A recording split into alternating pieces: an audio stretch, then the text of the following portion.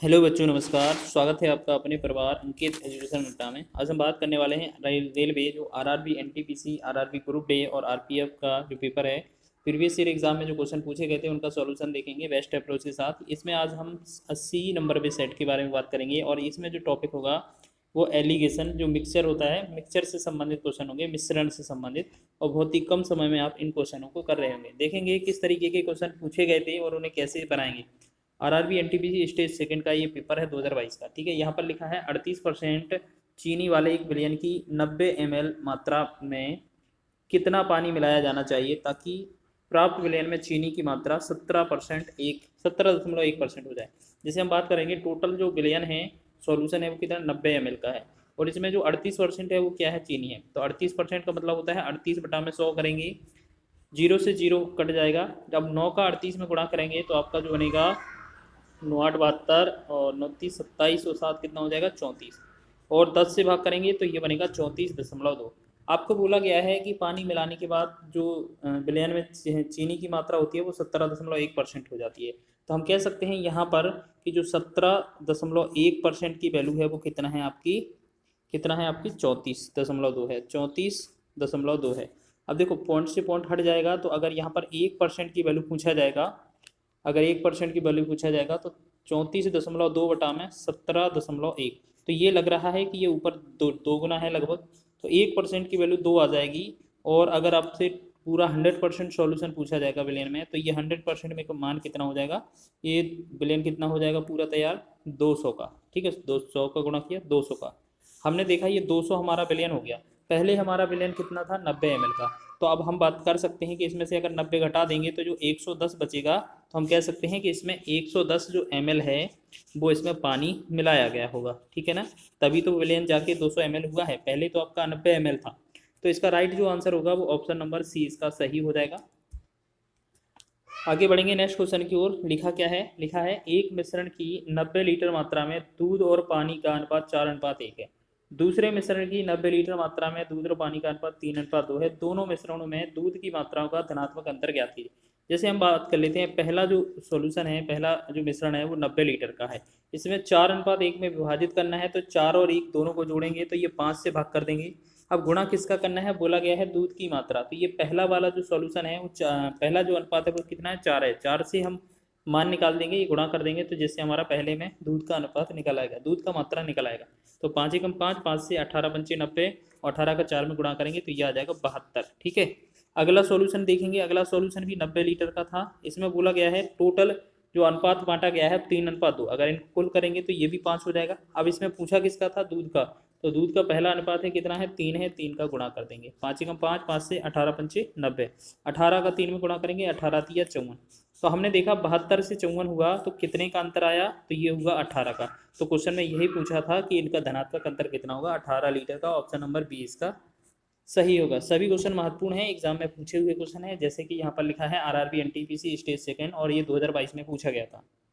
आगे बढ़ेंगे नेक्स्ट प्रश्न की ओर। लिखा क्या है, एक दुकानदार 30 रुपये प्रति केजी की दर पर खरीदे गए 30 केजी और 28 रुपये, मतलब यहाँ पर लिखा है 30 केजी रुपये प्रति केजी की दर पर खरीदे गए 30 केजी और 28 रुपये प्रति दर की पर खरीदे गए 40 केजी चावल को मिश्रित करता है और इस प्रकार बने पूरे मिश्रण को 28 केजी की दर पर बेच देता है। प्रतिशत लाभ या हानि क्या थी।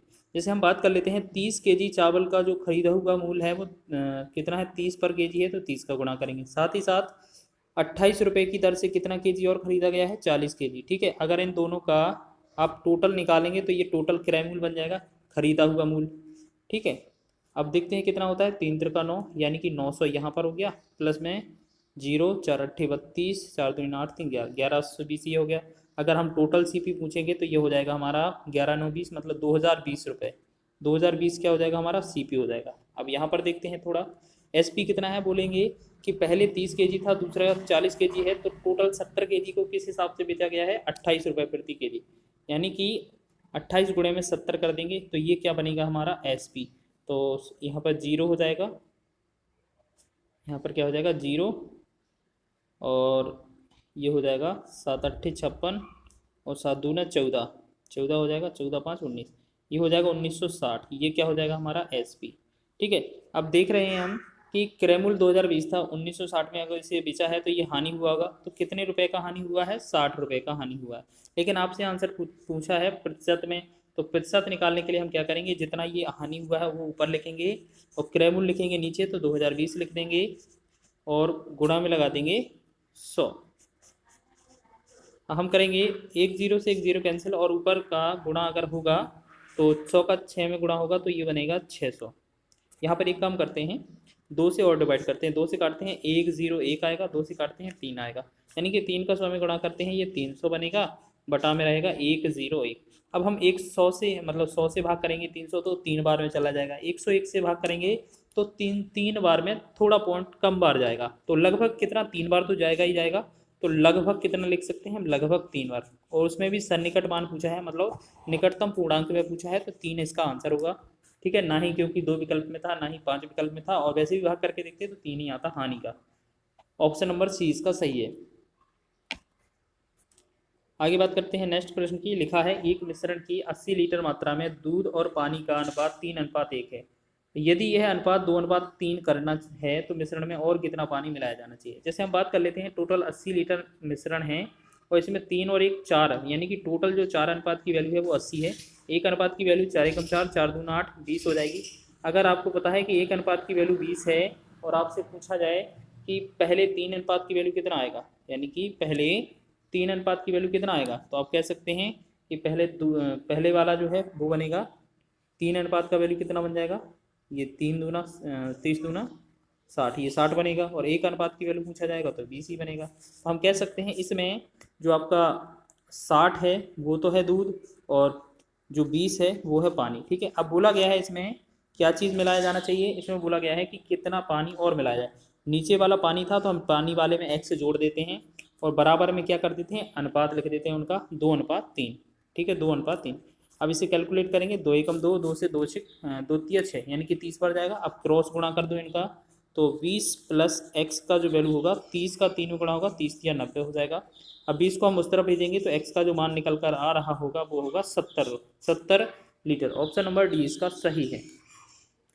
आगे बढ़ेंगे अगले प्रश्न की ओर। 5वां प्रश्न देखेंगे। लिखा है क्वेश्चन में, एक मिश्र धातु एल्यूमिनियम और निकल को 3:4 के अनुपात में मिलाकर बनाई जाती है।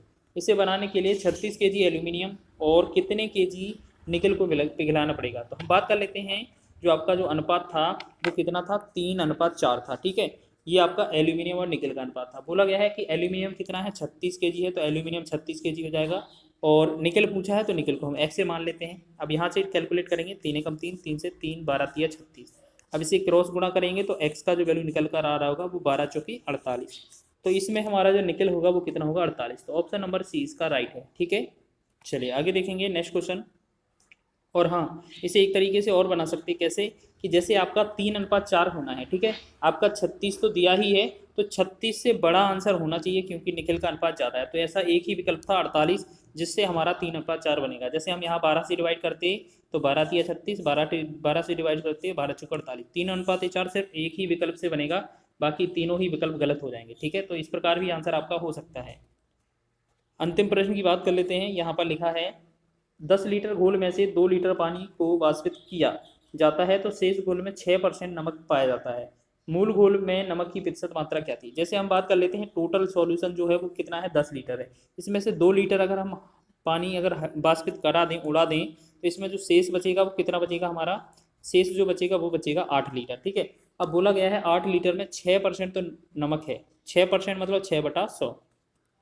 जब इसे कैलकुलेट करेंगे तो ये 8×48 यानी कि 0.48 इसकी मात्रा आ रही होगी। अब ये क्या है, हमारे पास नमक है। अब नमक का परसेंटेज पूछा है पहले जो विलयन मूल था उसकी तुलना में। तो हम बात करते हैं जो अभी वर्तमान में है वो 0.48 विलयन है। ठीक है, टोटल पहले कितना था, 10 था, और परसेंटेज निकालना है, हम 100 से गुणा कर देंगे। 1 0 से 1 0 कैंसिल हो जाएगा और 0.448 में अगर 10 से गुणा करेंगे तो ये बनेगा 4.8%। तो ऑप्शन नंबर ए इसका राइट आंसर हो जाएगा। तो इस प्रकार आपने टॉप 6 प्रश्न कवर किए हैं जो आपके एग्जाम की दृष्टि से महत्वपूर्ण थे। वीडियो अच्छा लगा है तो वीडियो को लाइक करें, शेयर करें। चैनल पर नए हैं तो चैनल को सब्सक्राइब भी कर लें।